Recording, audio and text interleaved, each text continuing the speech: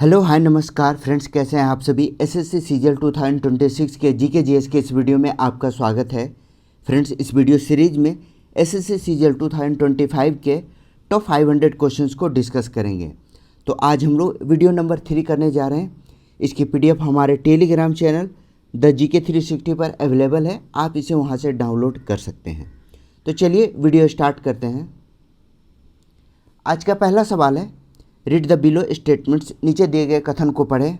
भारत के solicitor general की नियुक्ति भारत के राष्ट्रपति के द्वारा की जाती है। तो आपको पता है अभी सॉलिसिटर जनरल कौन है, तुषार मेहता हैं। सॉलिसिटर जनरल 2018 से अभी तक तुषार मेहता सॉलिसिटर जनरल हैं। यह सॉलिसिटर जनरल जो पोस्ट होता है वह सेकेंड हाईएस्ट लॉ ऑफिसर होता है। सेकेंड हाईएस्ट लॉ ऑफिसर होता है। फर्स्ट कौन होता है? फर्स्ट होता है अटॉर्नी जनरल। भारत सरकार का प्रथम विधि अधिकारी कहलाता है अटॉर्नी जनरल। इनकी नियुक्ति राष्ट्रपति के द्वारा की जाती है, यानी पहला कथन सही है। सेकंड है, भारत के राष्ट्रपति पद के लिए चुनाव लड़ने वाले उम्मीदवार को 15,000 की सुरक्षा राशि जमा करनी होती है। सिक्योरिटी डिपॉजिट की जाती है। जिस किसी को भी राष्ट्रपति का चुनाव लड़ना है तो उसे 15,000 की राशि जमा करनी होती है। तो सेकंड ऑप्शन भी सही है, यानी इसका राइट आंसर होगा C. Both 1 and 2 correct. C इसका राइट आंसर है। नेक्स्ट क्वेश्चन है, based on the given statements which option is correct. नीचे दिए गए कथन के आधार पर कौन सा विकल्प सही है। पहला कथन है, मथुरा कला ने भारतीय और गैर भारतीय दोनों संरक्षकों के लिए चित्र बनाए। आपको पता है मथुरा कला में कुषाण जो कि विदेशी थे उनके भी मूर्ति बनाए गए हैं। दोनों संरक्षकों के लिए चित्र बनाए गए हैं। तो पहला कथन सही है। मथुरा कला ने अपनी मूर्तियों में प्रकृति आधारित विषयों की उपेक्षा की है, यह गलत है। आपने देखा होगा कि मथुरा जो आर्ट है उसमें नेचर थीम्स का काफ़ी यूज किया गया है। नेचर थीम्स का यूज किया गया है। पत्ती, फूल, पशु इत्यादि प्रचुर मात्रा में इसके इसको चित्रित किया गया है मथुरा आर्ट में। तो दूसरा कथन गलत है। इसका राइट आंसर होगा only 1 is correct. B is the correct answer.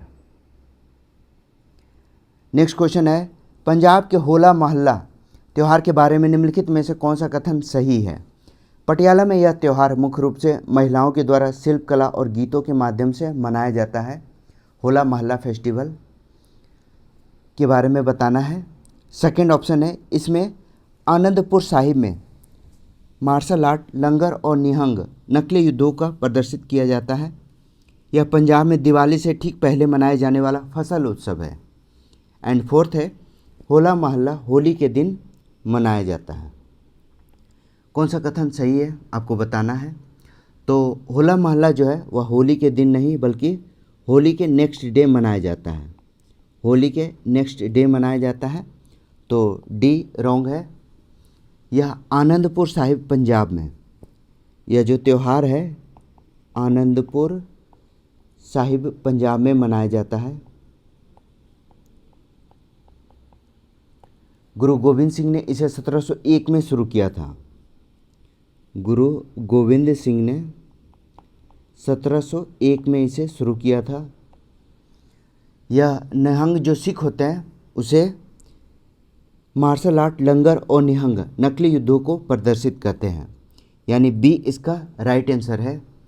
इसमें जो सिख निहंग जो होते हैं वो अपने युद्धों को प्रदर्शित करते हैं। इसे मॉक कहा जाता है। मॉक ड्रिल के तरह एक तरह से होता है यह। ठीक है, तो बी इसका राइट आंसर है। नेक्स्ट क्वेश्चन है, मार्गी संहिता मार्गी संगीत इन ancient Indian music was rooted in. प्राचीन भारतीय संगीत में मार्गी संगीत का आधार क्या था। ऑप्शन है, फोक म्यूजिक, वैदिक ट्रेडिशन, कोर्टली इंटरटेनमेंट या वेस्टर्न इन्फ्लुएंस। तो जो भारतीय संगीत हैं वह मुख्य रूप से 2 प्रकार के हैं। भारतीय संगीत मुख्य रूप से 2 प्रकार के हैं। पहला कहलाता है मार्गी और दूसरा देसी। देसी संगीत जो कि लोक परंपरा पर आधारित होते हैं, जो हमारी लोक परंपरा है उस पर आधारित होता है। और जो मार्गी संगीत है उसमें वैदिक परंपरा का प्रयोग किया जाता है, वैदिक परंपरा का प्रयोग किया जाता है, जिसका उद्देश्य होता है मोक्ष प्राप्ति। उद्देश्य क्या है? मोक्ष प्राप्ति। और देसी परंपरा का उद्देश्य है मनोरंजन।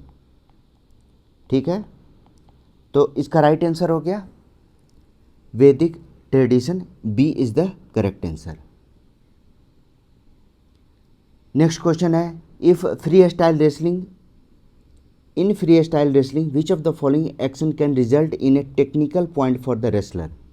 फ्री स्टाइल कुश्ती में कौन सा क्रिया पहलवान को तकनीकी अंक दिला सकता है, यानी इसमें पॉइंट्स कैसे मिलते हैं, टेक्निकल पॉइंट्स कैसे मिलते हैं। ऑप्शन है running out of the mat deliberately, जानबूझकर मैट से बाहर भागना, होल्डिंग द अपोनेंट सिंगलेट, प्रतिद्वंदी को सिंगलेट पकड़ कर रखना, या performing a successful take down, सफल टेक डाउन करना। तो सी इसका राइट आंसर होगा।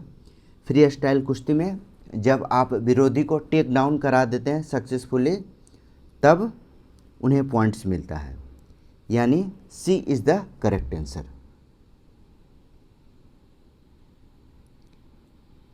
नेक्स्ट क्वेश्चन है, Vijender Singh defeated which player in the quarter final to secure India's first Olympic boxing medal. Vijender Singh ने क्वार्टर फाइनल में किस खिलाड़ी को हराकर भारत में ओलंपिक मुक्केबाजी में पहला पदक दिलाया। अब सोच लो कितना पुराना क्वेश्चन है ये। इसका राइट आंसर क्या होगा? इसका राइट आंसर है कार्लोस गुनगोरा। गुनगोरा याद रखिएगा, कार्लोस गुनगोरा। तो विजेंदर सिंह ने क्वार्टर फाइनल में गुनगोरा को पराजित किया था। नेक्स्ट क्वेश्चन है, फिल इन द ब्लैंक्स। 1961 में पटियाला के महाराज के पूर्व महल में स्थापित राष्ट्रीय खेल संस्थान का नाम बदलकर बाद में डैश को नेताजी सुभाष राष्ट्रीय खेल संस्थान NSNIS कर दिया गया। तो आपको पता है Netaji Subhash national institute of sports, यह नाम जो है नेताजी सुभाष चंद्र बोस की जयंती पर किया गया था 23 जनवरी 1973 को। अगर आपको नेताजी सुभाष चंद्र बोस का जन्मदिन अगर याद है तो आंसर इसका करेक्ट हो जाएगा।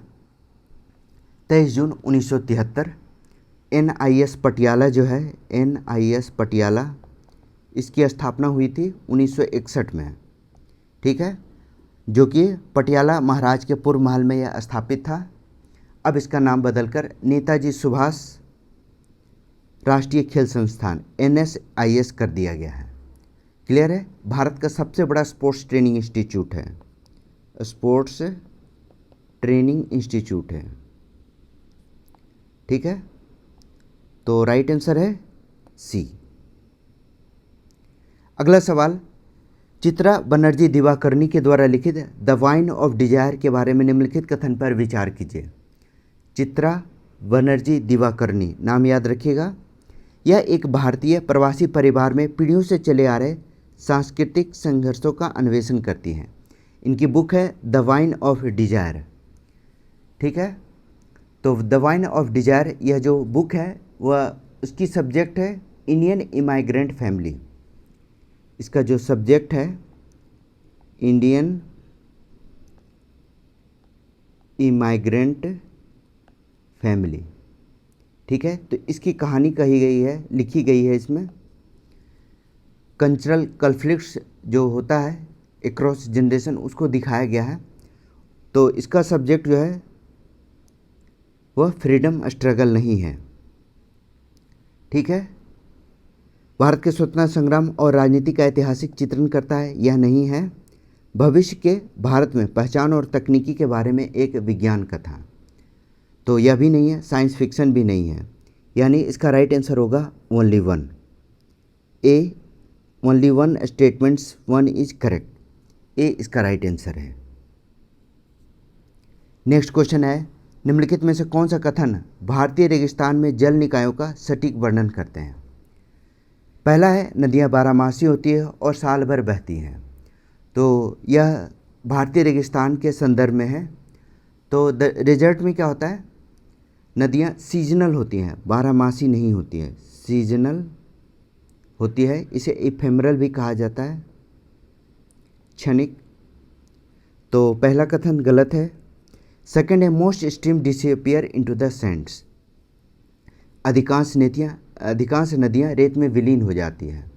आपको पता है थार की जो प्रमुख नदियाँ हैं वह रन ऑफ कच्छ में विलीन हो जाती है, रन ऑफ कच्छ में विलीन हो जाती है। तो इसका राइट आंसर होगा ओनली 2 इज करेक्ट, यानी बी इसका राइट आंसर है। कथन कारण के प्रश्न है। पहला कथन है जन्म और मृत्यु जैसे जनसांख्यिकीय आंकड़े परिवारों के द्वारा सटीक रिपोर्टिंग पर निर्भर करते हैं। ठीक है, जन्म और मृत्यु के जो आंकड़े हैं वह हाउस होल्ड रिपोर्टिंग पर निर्भर किया जाता है, यानी पहला कथन सही है। सेकंड कथन है birth and death registration is mandatory and always accurately followed in all parts of India. Bharat के सभी भागों में जन्म और मृत्यु का पंजीकरण अनिवार्य है और इसका हमेशा सटीक रूप से पालन किया जाता है। बिल्कुल गलत है। जो रिपोर्टिंग है रूरल एरियाज़ में, तो उस वहाँ अक्सर अंडर रजिस्ट्रेशन की समस्या पाई जाती है, जन्म और मृत्यु का सही ढंग से पंजीकरण नहीं हो पाता है। तो इसका राइट आंसर होगा ए सही है, आर गलत है, यानी C is the correct answer. A is true but R is false. Next question है the term pleiotropy refers to. Pleiotropy का तात्पर्य क्या है? प्लियोट्रोपी क्या होता है? ऑप्शन है एक जीन कई लक्षणों को प्रभावित करता है, multiple gene effect one trait, एकाधिक जीन एक लक्षण को प्रभावित करते हैं, एक एलील में जीन उत्परिवर्तन या जीन दोहराव। तो प्लियोट्रोपी होता है एक gene multiple traits, one gene effect multiple traits. A इसका राइट आंसर है। ठीक है, नेक्स्ट है संविधान के अंतर्गत संसद के दोनों सदनों और द्विसदनीय राज्य विधानमंडल में धन विधेयक को किस प्रकार निपटाया जाता है? ठीक है, ऑप्शन है Rajya Sabha must approve money bill with in 14 days। In state the legislative council can amend a money bill within 14 days. Both Rajya Sabha and Legislative Council have equal power on money bills. D है Rajya Sabha and legislative council can only make recommendation with in 14 days। तो आपको पता है कि money bill धन विधेयक के संबंध में राज्यसभा 14 दिन में रिकमेंड कर सकती है, 14 days में रिकमेंड कर सकती है। ज़रूरी नहीं है कि लोकसभा उसे स्वीकार करे या उनके रिकमेंडेशन को माने, या सिर्फ एक ऑप्शनल रिकमेंडेशन होता है। तो इसका राइट आंसर होगा D, Rajya Sabha and legislative council. जैसे राज्यसभा में होता है उसी तरह राज्यों में विधान परिषद को केवल रिकमेंडेशन का पावर होता है, वो भी 14 दिनों के अंदर। अगर वो रिकमेंडेशन ना भी दे तो भी उसे पारित समझा जाता है। तो डी इसका राइट आंसर है। It is difficult to start motion with a heavy box and also difficult to stop it once it's moving. The best exemplifiers. किसी भारी डब्बे को गतिमान करना मुश्किल होता है और एक बार गतिमान हो जाने पर उसे रोकना भी मुश्किल होता है। यह किसका सबसे अच्छा उदाहरण है? आपने न्यूटन का फर्स्ट लॉ पढ़ा होगा जिसमें विराम का जड़त्व होता है, inertia of rest. Inertia of rest यानी कोई वस्तु अगर विराम अवस्था में है तो वह विराम अवस्था में ही रहना चाहती है। और एक होता है inertia of motion. Inertia of motion यानी कोई वस्तु अगर गतिशील है तो वह गतिशील ही रहना चाहती है।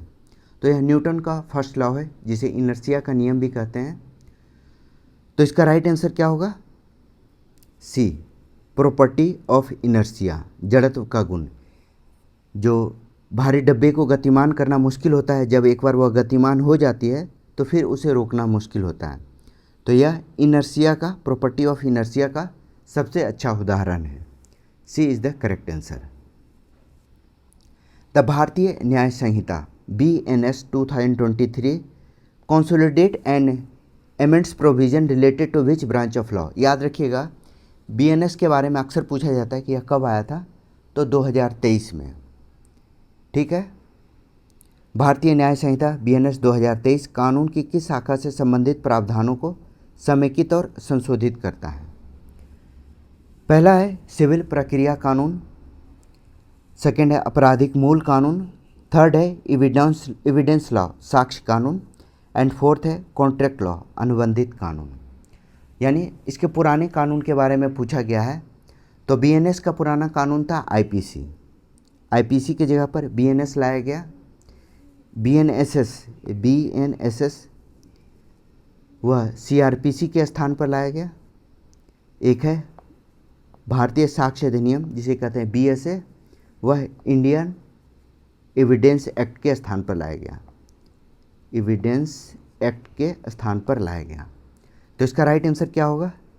बी, क्रिमिनल सब्सटेंटिव लॉ आपराधिक मूल कानून, बी इसका राइट आंसर है। Fill in the blanks. Koli dance is traditionally performed by the dash community. Koli नृत्य पारंपरिक रूप से किस समुदाय के द्वारा किया जाता है? बहुत अच्छा सवाल है, कई बार एसएससी में पूछा गया है। ऑप्शन है मछुआरों के द्वारा, किसानों के द्वारा, चरवाहे या बुनकर। तो कोली नृत्य, सबसे पहले आपको बताना है कि कोली नृत्य कहाँ से संबंधित है। तो यह महाराष्ट्र से संबंधित है। कोली नृत्य महाराष्ट्र के मछुआरों के द्वारा किया जाता है, महाराष्ट्र के मछुआरों के द्वारा यह किया जाता है। वहाँ एक कोली समुदाय है। कौन है? कोली समुदाय के द्वारा यह किया जाता है, जिसमें समुद्री जीव, जो समुद्री जीवन होता है वहाँ के लोगों का, और मछली पकड़ने की जो प्रक्रिया है उस थीम पर यह आधारित होता है। कोली डांस खास करके यह मुंबई के कोस्टल एरिया में ज़्यादा प्रचलित है, मुंबई के कोस्टल एरिया में। कई बार सवाल पूछा गया है, इसको याद रखिएगा। ए इसका राइट आंसर है मछुआरा। Which of the following is correctly classified as a consumer goods industry. उपभोक्ता वस्तु उद्योग के रूप में सही ढंग से वर्गीकृत किया गया है। पहला है आयरन एंड स्टील, लोहा और इस्पात, एल्यूमिनियम स्मेल्टिंग, एल्यूमिनियम प्रगलन, टूथपेस्ट या कॉपर स्मेल्टिंग। ऑब्वियस है, ऑप्शन सही क्लियर है, उपभोक्ता वस्तु में टूथपेस्ट आएगा। C is the correct answer. Article 246A gives power to both parliament and state to make laws dash on. अनुच्छेद 246A संसद और राज्य दोनों को किस पर कानून बनाने की शक्ति देता है? तो सबसे पहले आर्टिकल 246A में है क्या? तो यह जीएसटी से संबंधित है। आपको पता है 101वें संविधान संशोधन, 101वां संविधान संशोधन कब हुआ था? 2016 को। 2016 के द्वारा जीएसटी को जोड़ा गया था। पार्लियामेंट और स्टेट्स दोनों को जीएसटी पर कानून बनाने का अधिकार है। तो इसका राइट आंसर क्या है? इसका राइट आंसर है taxation of goods and service. संसद और राज्य दोनों को जीएसटी पर कानून बनाने की शक्ति देता है। ठीक है, B is the correct answer. Oxygen concentration in Earth atmosphere is रफली। पृथ्वी के वायुमंडल में ऑक्सीजन की सांद्रता कितनी है? ठीक है, तो ऑक्सीजन इसकी मात्रा है 21%। बी इसका राइट आंसर है। एक बार पूरी लिस्ट को जरूर याद रखिएगा। नाइट्रोजन की मात्रा है 78%, ऑक्सीजन इसकी मात्रा है 21%। अक्सर पूछा जाता है आर्गन के बारे में, आर्गन लगभग 1% है, 0.9%। और CO2 है 0.04%। ठीक है, तो बी इसका राइट आंसर है। निम्नलिखित कथन पर विचार कीजिए। सर्वोच्च न्यायालय एक उच्च न्यायालय से दूसरे उच्च न्यायालय में मामलों को स्थानांतरित कर सकता है। बिल्कुल सही है। सर्वोच्च न्यायालय के पास यह अधिकार है कि वह एक हाईकोर्ट से दूसरे हाईकोर्ट में केस ट्रांसफ़र कर सकता है। सेकंड है आर्टिकल 139 ए, अनुच्छेद 139 ए 42वें संशोधन के द्वारा प्रस्तुत किया गया है। तो 139 ए किससे संबंधित है? आर्टिकल 139 ए यह संबंधित है विड्रॉवल या transfer of case from high court to supreme court. Transfer या विड्रॉ करना cases from high court to supreme court. तो आर्टिकल 139 है, इसे 42वें संविधान के द्वारा नहीं बल्कि 44वें संविधान संशोधन के द्वारा, जो कि 1978 में हुआ था, तो इसे 44वें संविधान संशोधन के द्वारा प्रस्तुत किया गया था। यानी इसका राइट आंसर होगा only one is correct, A इसका राइट आंसर है। Which of the following best describe the cultural significance of Mim in the Mimkut festival. कौन सा कथन मीमकुट त्यौहार में मीम के सांस्कृतिक महत्व का सबसे अच्छा वर्णन करता है? तो मीम का मतलब क्या होता है? मीम का मतलब होता है मेज, मक्का। इंग्लिश में इसे मेज भी कहा जाता है। ठीक है, ऑप्शन पढ़ते हैं। अकाल के लिए संग्रहित दुर्लभ बाजरा, आदिवासी उपचार के लिए पवित्र जड़ी बूटी, अंतिम फसल जो अस्तित्व और प्रेम का प्रतिनिधित्व करती है। तो सी इसका राइट आंसर है, मीमकुट। आपको पता है मीमकुट त्यौहार मिजोरम में मनाया जाता है। मिजोरम में मीजो जनजाति के द्वारा, मीजो जनजाति मनाती है मीमकुट त्यौहार। इसमें कूट का मतलब ही होता है फेस्टिवल। कूट का मतलब ही होता है फेस्टिवल। ठीक है, तो यह सर्वाइवल और लव का अस्तित्व, सर्वाइवल और लव का सिंबल है। तो इसका राइट आंसर होगा C, the last harvest representing survival and love. Next question है, त्रिपुरा की खर्ची पूजा कितने देवताओं की पूजा से संबंधित है? The Kharchi Puja of Tripura is associated with worship of how many deities. काफ़ी इंपॉर्टेंट है, याद रखिएगा। खर्ची फेस्टिवल जो कि त्रिपुरा में मनाया जाता है, इसमें 14 देवताओं की पूजा की जाती है। 14 देवता की पूजा की जाती है। यह जुलाई में होता है। त्रिपुरा के शाही परिवार की परंपरा से है। तो इसका राइट आंसर होगा बी। याद रखिएगा, कई बार यह सवाल पूछा गया है सीजीएल में। तो ये सब ऐसे सवाल हैं जो कि बार बार पूछे जाते हैं, तो इसे नोट डाउन भी करते जाइएगा। जिन्होंने अब तक चैनल को सब्सक्राइब नहीं किया है, प्लीज़ चैनल को लाइक, शेयर एंड सब्सक्राइब जरूर कीजिए। नेक्स्ट क्वेश्चन है, consider the following statements about Mughal architecture. Mughal वास्तुकला के बारे में निम्नलिखित कथन पर विचार करें। मुगल वास्तुकला फारसी, इस्लामी, तुर्की और भारतीय शैलियों के मिश्रण के लिए जानी जाती है, जो एक अद्वितीय इंडो इस्लामिक सौंदर्य बोध का निर्माण करती है। बिल्कुल सही है। जो मुगल वास्तुकला है उसमें पर्शियन, इस्लामिक, तुर्किश और इंडियन, तुर्किश के साथ साथ इंडियन का भी मेल है, जिसे मिलाकर यह इंडो इस्लामिक बना है। ठीक है, तो पहला कथन सही है। सेकंड है, मुगल निर्माण में लाल बलुआ पत्थर और सफ़ेद संगमरमर दो सबसे अधिक इस्तेमाल की जाने वाली सामग्रियां हैं। आपने देखा होगा जो अकबर के द्वारा या अकबर के काल में जो भी इमारत बने हैं उसमें लाल बलुआ पत्थर का प्रयोग किया गया है, रेड सैंडस्टोन का प्रयोग किया गया है, अकबर ने विशेष रूप से प्रयोग किया है। और सफ़ेद संगमरमर शाहजहां ने सफ़ेद संगमरमर का प्रयोग करके कई इमारतें बनाई हैं, ताजमहल इनमें से प्रमुख हैं। तो इसका राइट आंसर क्या होगा? Both 1 and 2 are correct.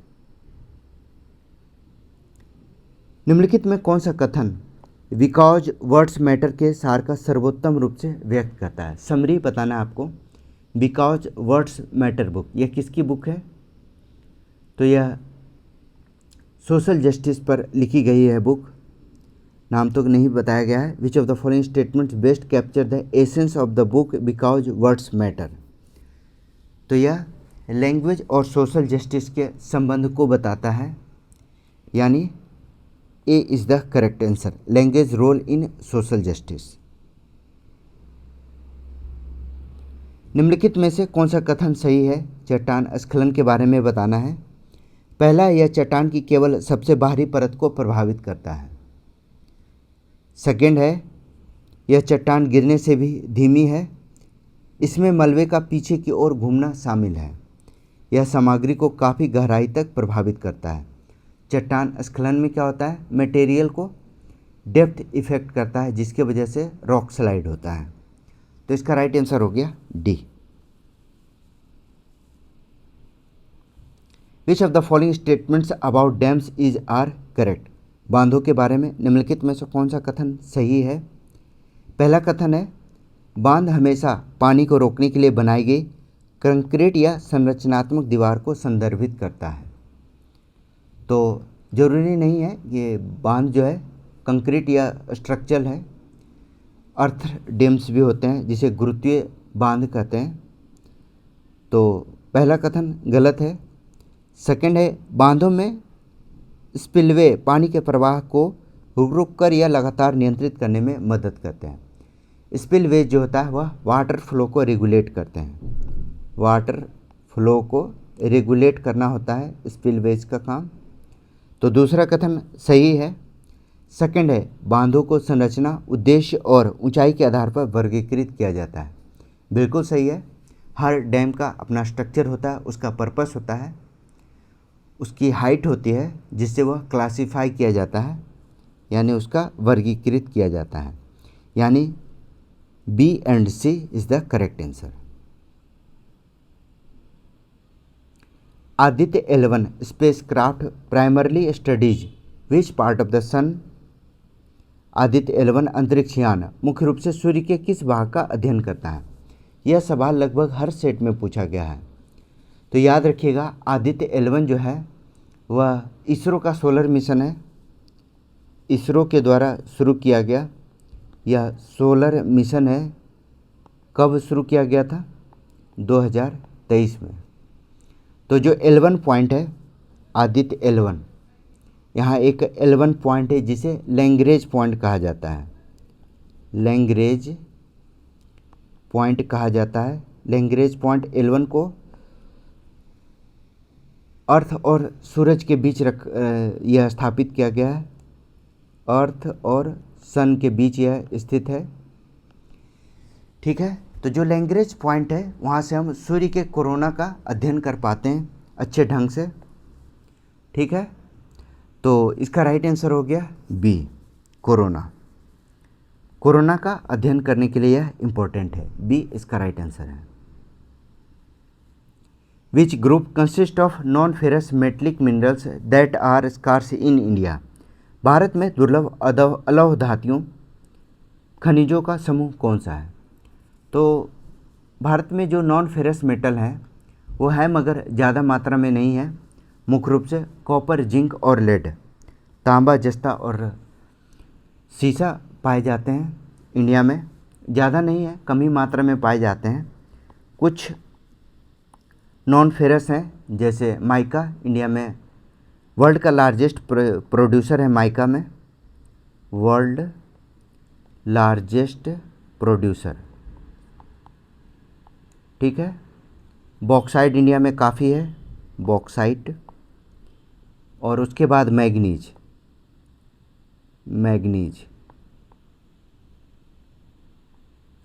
तो राइट आंसर हो गया बी। नेक्स्ट क्वेश्चन है, fill in the blanks zonal councils were created by? क्षेत्रीय परिषद का गठन किस अधिनियम के द्वारा किया गया था? आपको पता है स्टेट रीऑर्गेनाइजेशन एक्ट आया था 1956 में।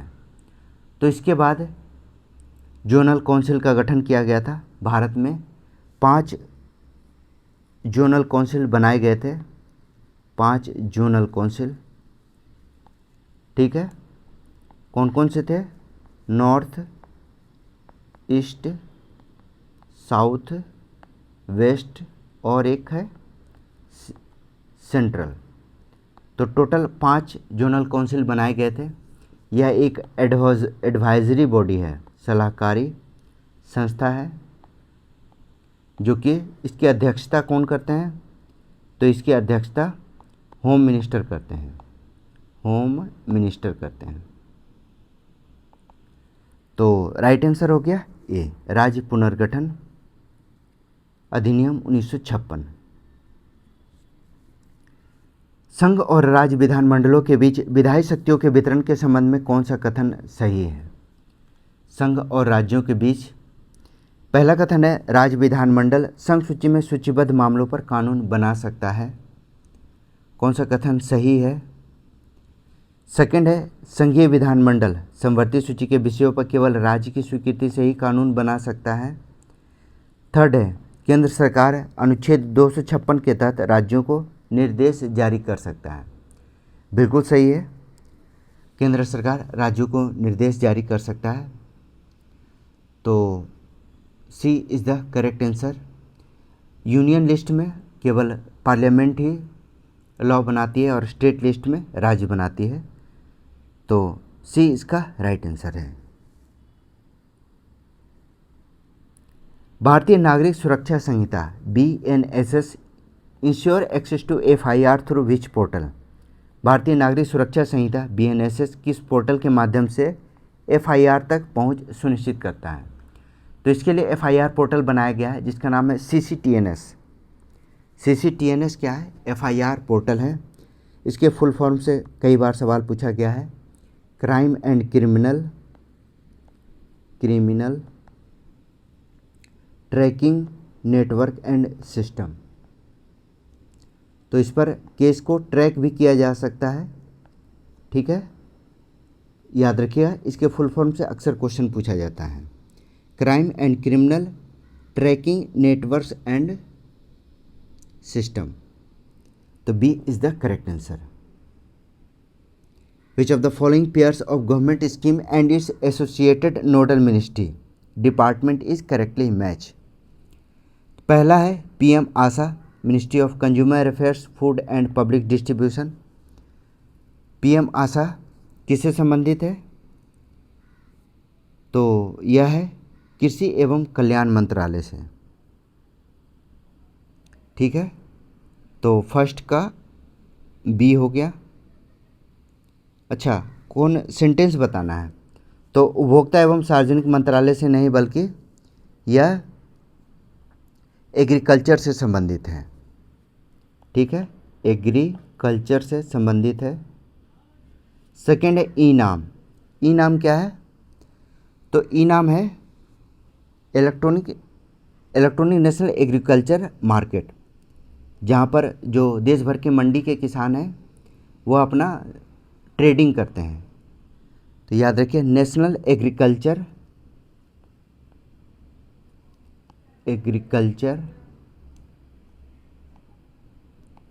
मार्केट है ये, जो कि 14 अप्रैल 2016 को शुरू किया गया था, ई-नाम। ठीक है, थर्ड है PMKSY जल संसाधन नदी विकास एवं गंगा संरक्षण मंत्रालय। तो यह प्रधानमंत्री कृषि सिंचाई योजना, जो कि एक फ्लैगशिप योजना है, 2015 में शुरू किया गया था। हर खेत को पानी और पर ड्रॉप मोर क्रॉप, इसका नारा दिया गया था। हर खेत को पानी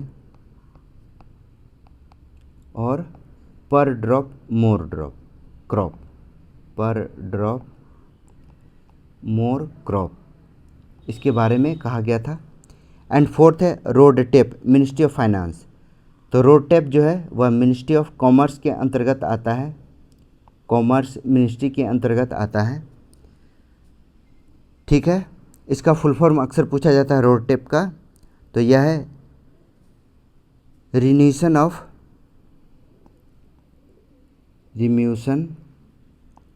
duty and taxes on export products. ठीक है, एन है remission of duty and taxes on export products. तो इसका राइट आंसर हो गया, इसका राइट आंसर है मिनिस्ट्री ऑफ कॉमर्स, यानी केवल 2 और 3 is the correct answer. E NAM कृषि एवं कल्याण मंत्रालय के अंतर्गत था और जल संसाधन एवं गंगा संरक्षण मंत्रालय के अधीन था, PMKSY। ठीक है। Fill in the blanks. Panthi dance is link to followers of dash in the Chhattisgarh. Panthi नृत्य छत्तीसगढ़ में किसके अनुयायी से जुड़ा हुआ है? काफ़ी फेमस है, तो यह गुरु घासीदास के अनुयायी से जुड़े हुए हैं। इन्हें सतनामी समुदाय कहा गया है। क्या कहा गया? सतनामी समुदाय, जो कि गुरु घासीदास के अनुयायी हैं। इनका काम क्या है? सामाजिक सुधार करना है, यानी यह सामाजिक सुधारक हैं। तो राइट आंसर हो गया A. Objective of India's new eco tourism policy in protected areas. संरक्षित क्षेत्र में भारत की नई इको पर्यटन नीति का उद्देश्य क्या है? तो इको पर्यटन जो नीति है उसका पहला पर्पस है पर्यावरण संरक्षण, जो कि सबसे मेन है। उसके साथ साथ स्थानीय समुदाय की आजीविका, जो वहाँ के स्थानीय समुदाय हैं उनका आजीविका इन्हीं पर्यावरण पर, चूँकि उनका सबसे पहला हक है, तो स्थानीय समुदाय की आजीविका इसका उद्देश्य है। यानी इसका राइट आंसर क्या होगा? सी, बैलेंस कंजर्वेशन एंड लिवलीहुड्स, संरक्षण और आजीविका में संतुलन। तो इसीलिए प्रोटेक्टेड एरियाज़ में रिस्पॉन्सिबल टूरिज्म को अलाउ किया गया है, बैन नहीं किया गया है। यहाँ कमर्शियल रिसोर्ट्स नहीं बनाए गए हैं, लेकिन वहाँ लोगों को प्रवेश दिया गया है रिस्पॉन्सिबल टूरिज्म के आधार पर। सी इज़ द करेक्ट आंसर। निम्नलिखित में कौन सा कथन भारत में शुरू की गई मिष्टी पहल का सही वर्णन करता है? मैंने पहले भी बताया था, मिष्टी पहल के बारे में क्वेश्चन पूछा गया है। ऑप्शंस देखते हैं।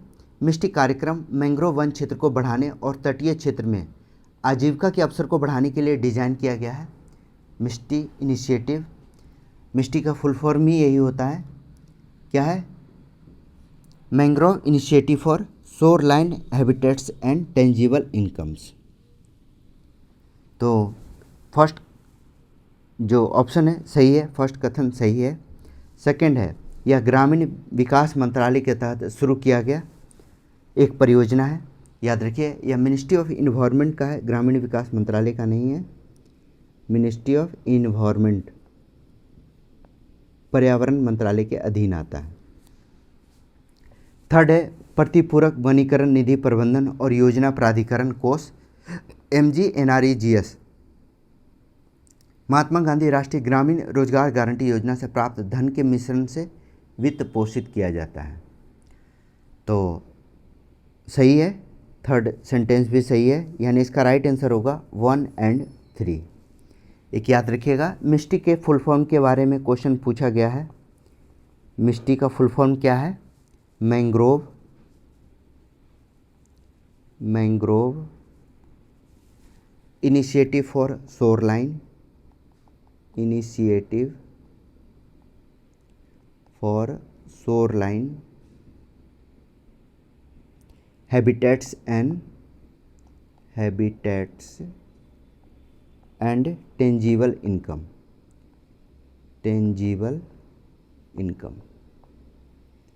तो ध्यान रखिएगा, बी इसका राइट आंसर है। निम्नलिखित में से कौन सा कथन सही है? पहला कथन है, कालबेलिया कलाकार अपने मौखिक खानाबदोश विरासत के कारण शायद ही कभी अपनी कला का दस्तावेजीकरण करते हैं। ये ओरल नोमेडिक हेरिटेज है, तो इसका जो डॉक्यूमेंटेशन है वह कम होता है। तो पहला कथन सही है। कालबेलिया जो नृत्य है वह राजस्थान से संबंधित है, आगे ऑप्शन में आएगा। तो सेकंड है, वेशभूषा में नाग अनुष्ठानों के सम्मान में सिले हुए तत्वों का उपयोग नहीं किया जाता है, नो स्टिच एलिमेंट्स होते हैं, ठीक है। थर्ड है, समुदाय की कला को बिना किसी लिखित आवेदन प्रक्रिया के यूनेस्को ने अपने ICH सूची में शामिल किया गया है। कालबेलिया नृत्य जो है यूनेस्को ने 2010 में इसे अपने लिस्ट में शामिल किया गया है। इसे नोमेडिक ओरल ट्रेडिशन के आधार पर, यानी इसका कोई डॉक्यूमेंट नहीं है, एक परंपरा है जो कि वर्षों से चली आ रही है। नोमेडिक ओरल ट्रेडिशन है राजस्थान के। यह एक प्रकार का सपेरा नृत्य है कालबेलिया। कई बार इस पर सवाल पूछा गया है। राजस्थान से संबंधित है और इसमें काले वस्त्र को पहनकर जो सांप का नृत्य होता है वह सांप का नृत्य करते हैं। तो राइट आंसर हो गया सभी 1, 2 एंड 3 ऑल आर करेक्ट, ठीक है।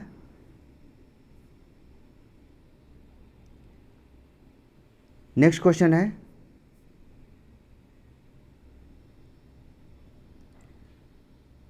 कंसिडर द फॉलोइंग स्टेटमेंट्स, निम्नलिखित कथन पर विचार कीजिए। प्रत्येक धन विधेयक एक वित्तीय विधेयक होता है। मनी बिल और फाइनेंस बिल, बिल्कुल सही है। प्रत्येक वित्तीय विधेयक एक धन विधेयक होता है, जरूरी नहीं हर फाइनेंशियल बिल मनी बिल हो। तो सेकंड गलत है। तो इसका राइट आंसर क्या होगा? इसका राइट आंसर है केवल 1, only 1 is correct. Next question है, कथन कारण के प्रश्न है। पहला कथन है, स्तूप का हर्मिका देवताओं का प्रतीकात्मक निवास है जो सबसे ऊपर स्थित है। तो सही है, जो हर्मिका होता है वह एबोर्ड ऑफ गॉड कहा जाता है, इसे देवताओं का निवास एबोर्ड ऑफ गॉड कहा जाता है, बिल्कुल सही है पहला कथन। सेकंड है, हर्मिका वह स्थान है जहाँ आमतौर पर बुद्ध के अवशेष रखे जाते हैं। तो निम्नलिखित में से कौन सा कथन सही है? तो बुद्ध के जहाँ अवशेष रखे जाते थे उसे स्तूप कहा जाता है, ठीक है। तो दूसरा कथन गलत है, पहला कथन सही है, यानी इसका राइट आंसर हो गया C. Statement 1 is true but statement 2 is false. Next question है, which Veda primarily contains ritual formula and detail procedure for performing sacrifices. किस वेद में मुख्य रूप से अनुष्ठान सूत्र और यज्ञ करने की विस्तृत प्रक्रिया शामिल है? तो यज्ञ की प्रक्रिया का वर्णन यजुर्वेद में है। ऋग्वेद में प्रारंभिक जो हिम्स होते हैं, प्रारंभिक श्लोक जो है वह ऋग्वेद में है। प्रारंभिक स्तुति हिम्स किसमें? ऋग्वेद में है, ऋग्वेद में है, ठीक है। रिचुअल्स, फार्मूला, सेक्रीफाइस प्रोसेस, ये सब किस में है? यजुर्वेद में। सामवेद में संगीत का है, मेलोडियस चैंटिंग के बारे में सामवेद में लिखा गया है, मेलोडिक चैंटिंग, ठीक है। अथर्ववेद में क्या है? स्पेल्स, चार्म, मेडिसिन, मंत्र का वर्णन स्पेल्स अथर्ववेद में है, मेडिसिन के बारे में है। तो याद रखिएगा बी इसका राइट आंसर है, यजुर्वेद। कौन सा कथन भारतीय पारंपरिक संगीत के संदर्भ में घनावादी को सर्वोत्तम रूप से परिभाषित करता है? मैंने पहले भी बताया है घनावादी के बारे में। तो यह क्या होता है? यह सॉलिड नॉन ट्यूनेबल रिदम होता है। ऐसे ताल जो कि ठोस बिना सुर संगीत वाले वाद्य जो मुख्यतः लोक संगीत में ताल के लिए उपयोग किए जाते हैं, इसे कहा जाता है घना वाद्य, घना वाद्य। तो राइट आंसर हो गया सी। तैराकी स्किलिंग के बारे में निम्नलिखित में से कौन सा कथन सही है? स्किलिंग इन स्विमिंग, पहला है स्किलिंग का प्रयोग केवल शुरुआती लोगों द्वारा डूबने से बचाने के लिए किया जाता है। स्कलिंग के दौरान हाथ पानी की सतह के ऊपर रहते हैं। आगे की स्कलिंग में हाथ सीधे और सामने की ओर रहते हैं। डी है स्कलिंग पानी के नीचे हाथों की गति से संतुलन बनाए रखता है। तो डी इसका राइट आंसर है। Who become India's first Asian games gold medalist by winning the 100 metre free style swimming event at new Delhi in 1951। 1951 में नई दिल्ली में 100 मीटर फ्री स्टाइल तैराकी स्पर्धा जीतकर भारत के पहले एशियाई खेलों के स्वर्ण पदक विजेता कौन बने। कई बार यह सवाल पूछा गया है। तो याद रखिएगा, India's first Asian games gold जो है वह सचिन नाग के द्वारा तैराकी स्पर्धा में जीता गया था। इस पर सवाल कई बार पूछा गया है। सचिन नाग के बारे में यह भी पूछा गया कि किस स्पोर्ट से संबंधित है, तो यह तैराकी से संबंधित है, यानी डी इसका राइट आंसर है। राजा राम मोहन राय ने 19वीं सदी के प्रारंभ में बंगाल में सती प्रथा के विरुद्ध आंदोलन में किस प्रकार योगदान दिया। राजा राम मोहन राय, इन्होंने सती प्रथा के विरुद्ध आवाज़ उठाई थी। इनका एक न्यूज़पेपर था जिसका नाम था संवाद कौमुदी। कई बार सवाल पूछा गया है, संवाद कौमुदी जो कि उस समय का न्यूज़पेपर था जिसमें उन्होंने सती प्रथा का विरोध किया था। सती प्रथा का विरोध किया था। ऑप्शन पढ़ते हैं, क्लियर होगा। उन्होंने बंगाल के गांव में सशस्त्र प्रदर्शन आयोजित किए। उन्होंने परंपरावादी नेताओं के विरुद्ध सरकारी आदेश जारी किए। उन्होंने अखबारों के माध्यम से अभियान चलाया और वाद विवाद में भाग लिया। उन्होंने ब्रिटिश मिशनरियों के साथ गठबंधन बनाया। तो राइट आंसर हो गया सी। उन्होंने अखबार जो कि मैंने बताया संवाद कौमुदी, और उन्होंने डिबेट किया, साथ किया लोगों के साथ, विद्वानों के साथ। और 1829 में सती प्रथा पर एक्ट आया जो कि लॉर्ड विलियम बेंटिक की सहायता से, लॉर्ड विलियम बेंटिक ने सती प्रथा के विरोध में कानून बनाया। ठीक है, तो राइट आंसर होगा C. Which historical figure is the Santosh trophy launch in 1941 named after. 1941 में शुरू की गई संतोष ट्रॉफी का नाम किस ऐतिहासिक व्यक्ति के नाम पर रखा गया है। तो पहला ऑप्शन है सर मनमथ राय चौधरी, पहला ही सही है। संतोष ट्रॉफी सर मनमथ राय चौधरी के नाम पर रखा गया। नेक्स्ट है कथन कारण के प्रश्न है। The Moor's last sigh important है, अपनी जटिल कथा के लिए प्रसिद्ध है, जो कि इतिहास और जादुई यथार्थवाद को जोड़ता है।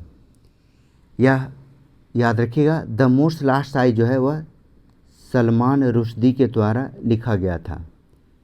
तो इम्पोर्टेंट है, सलमान रुश्दी ने इसे लिखा था और यह मैजिकल रियलिज़म यानी जादुई यथार्थवाद के पर आधारित है। हिस्ट्री के साथ साथ मैजिकल रियलिज़म का इसमें प्रयोग किया गया है। ठीक है, तो पहला कथन सही है। दूसरा है, इस उपन्यास ने अपने नवोन्मेषी कथन के लिए बुकर अवार्ड जीता था। तो बुकर अवार्ड जो सलमान रुश्दी की बुक है वह था मिडनाइट चिल्ड्रन। 1981 में लिखा गया था, जिसके लिए सलमान रुश्दी को बुकर प्राइज मिला था। तो इस पुस्तक के लिए नहीं मिली थी, द मूर्स लास्ट साई के लिए नहीं मिला था, बल्कि मिडनाइट चिल्ड्रन के लिए सलमान रुश्दी को बुकर पुरस्कार मिला था। यानी कथन है, पहला कथन सही है और दूसरा कथन गलत है, यानी इसका राइट आंसर होगा C. A is true but R is false. What is the primary cause of conventional rainfall. संवहनीय वर्षा का प्राथमिक कारण क्या है। संवहनीय वर्षा, इसमें क्या होता है, इसमें वायु गर्म होकर ऊपर उठती है, ठंडी होती है और फिर बारिश होती है। यह लगातार प्रोसेस होता है। तो वायु को गर्म होना, फिर ऊपर उठना और ठंडा होना, यानी सी इसका राइट आंसर है। यह मुख्य रूप से जो संवहनीय वर्षा होती है वह विषुवतीय प्रदेश में होती है, जहाँ अत्यधिक गर्मी होती है, सूर्य की किरणें सीधी पड़ती है, जिससे पानी क्या होता है बहुत तेज़ी से गर्म होती है, फिर ऊपर उठती है उसके भाप बनकर, और फिर वह ठंडा हो जाती है। निम्नलिखित में कौन सा कथन सर्वोत्तम रूप से बताता है कि खनिज भंडार जनसंख्या वितरण को कैसे प्रभावित करते हैं?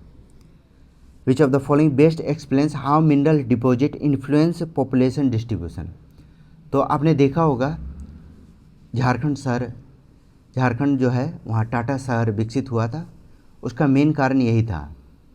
क्या था कि वहाँ मिनरल्स पाए गए थे जिससे वहाँ उद्योग लगे थे, और जिसके वजह से जनसंख्या वहाँ आस पार कंडेंसेट हुई, यानी जमा हुई। तो सी इसका राइट आंसर है। They attract industries and create job. वे उद्योगों को आकर्षित करते हैं और रोजगार के अवसर पैदा करते हैं। सी इसका राइट आंसर है। निम्नलिखित में कौन सा कथन जनसांख्यिकीय संक्रमण और प्रतिस्थापन स्तर के बीच संबंध को सटीक रूप से दर्शाता है? डेमोग्राफिक ट्रांजिशन और रिप्लेसमेंट लेवल को। पहला कथन है तीसरे चरण में प्रजनन दर प्रतिस्थापन के करीब आने लगी थी। सही है। तीसरे चरण में क्या हुआ था? फर्टिलिटी रिप्लेसमेंट लेवल के पास आ गया था, यानी डिक्लाइनिंग हुई थी और डेथ रेट भी कम था। तीसरे चरण में प्रजनन दर प्रतिस्थापन दर के करीब आने लगी थी। ठीक है, रिप्लेसमेंट लेवल के करीब आ गई थी। तो ए इसका राइट आंसर है। Which biomolecule act as the primary energy storage in animal. कौन सा जैव अणु पशुओं में प्राथमिक ऊर्जा भंडारण के रूप में कार्य करता है? तो पशुओं में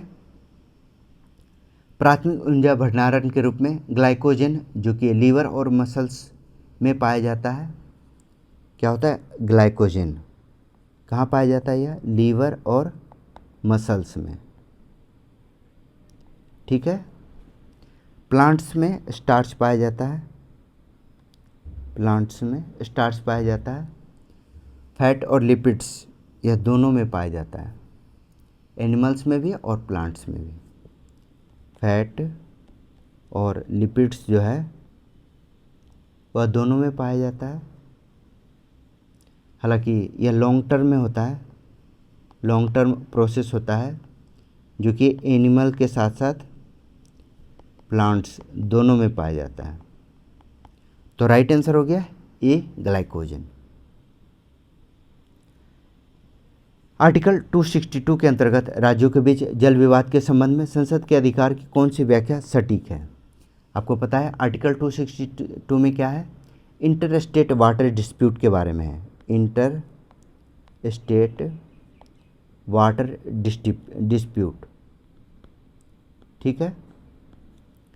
तो इसमें क्या है? पार्लियामेंट सुप्रीम कोर्ट के जुरिस्डिक्शन को एक्सक्लूड कर सकती है। जल विवादों के लिए न्यायाधिकरण स्थापित करना और सुप्रीम कोर्ट की समीक्षा को प्रतिबंधित करना। Setup tribunals for water dispute and bar SC review. तो इसके लिए इंटरस्टेट वाटर डिस्प्यूट एक्ट बनाया भी गया है, जो कि आर्टिकल 262 के अंतर्गत है। 1956 में बनाया गया था inter state river dispute act 1956। तो याद रखिएगा बी इसका राइट आंसर है। रेलवे प्लेटफॉर्म पर खड़ा एक व्यक्ति देखता है जैसे ही ट्रेन पास से गुजरती है उसकी सीटी की पिच बदल जाती है। इस घटना का सबसे अच्छी तरह से किसमें समझाया जाता है?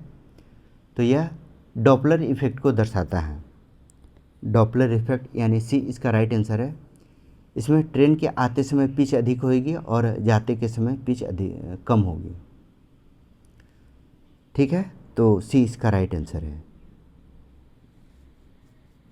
भारतीय न्याय संहिता बीएनएस में असंगठित अपराध और छोटे संगठित अपराध की स्पष्ट परिभाषा और अपराधीकरण किया गया है। छोटे संगठित अपराध का उदाहरण कौन सा है? पहला आतंकवादीकृत बड़े पैमाने पर मादक पदार्थों की तस्करी, किसी गिरोह के द्वारा किया गया चोरी। तो theft committed for by a gang, इसे छोटे अपराध के रूप में शामिल किया गया है, यानी इसे छोटा अपराध माना गया है। इनमें से कौन सी योजना जैविक खेती को बढ़ावा देने के लिए कार्यान्वित की गई है? पहला है प्रधानमंत्री किसान मानधन योजना, परंपरागत कृषि विकास योजना, तो बी इसका राइट आंसर है। जैविक खेती को बढ़ावा देने के लिए प्रधानमंत्री कृषि विकास योजना शुरू किया गया है। ठीक है। HHC मृदा स्वास्थ्य योजना या सॉलिड हेल्थ कार्ड है, soil health card, soil health card है। कृषि प्रबंधन एजेंसी है, टेक्नोलॉजी मैनेजमेंट किया जाता है इसमें। 8वां में टेक्नोलॉजी मैनेजमेंट किया जाता है। ठीक है, तो राइट आंसर हो गया बी। नेक्स्ट क्वेश्चन है, which of the following statements best defines joint sector industry. निम्नलिखित में कौन सा कथन संयुक्त क्षेत्र उद्योग को सर्वोत्तम रूप से परिभाषित करता है। तो आपने सुना होगा भारत में मुख्यतः 3 प्रकार के उद्योग हैं। एक तो होता है पब्लिक, जो कि सरकारी होता है, पब्लिक गवर्नमेंट का ऑर्गेनाइजेशन होता है। दूसरा होता है प्राइवेट, प्राइवेट क्या होता है, निजी संस्था या किसी व्यक्ति का होता है। ठीक है, प्राइवेट कंपनी जो होती है। और एक होता है ज्वाइंट वेंचर, जिसमें पब्लिक और प्राइवेट दोनों होते हैं। ज्वाइंट में क्या होता है, पब्लिक और प्राइवेट प्लस प्राइवेट दोनों होते हैं। तो सवाल में पूछा गया संयुक्त क्षेत्र उद्योग के बारे में, तो इसका राइट आंसर होगा यह सार्वजनिक और निजी क्षेत्र के संयुक्त स्वामित्व वाले उद्योग होते हैं। ए इसका राइट आंसर है, they are jointly owned by the public and private sectors. Next question है, कौन से प्राधिकरण यह निर्णय करती है कि कोई विधेयक धन विधेयक है या नहीं। तो इसके संबंध में स्पीकर ऑफ लोकसभा अध्यक्ष यह निर्धारित करते हैं कि कोई भी विधेयक धन विधेयक है या नहीं, और उनका निर्णय जो है वह फाइनल होता है।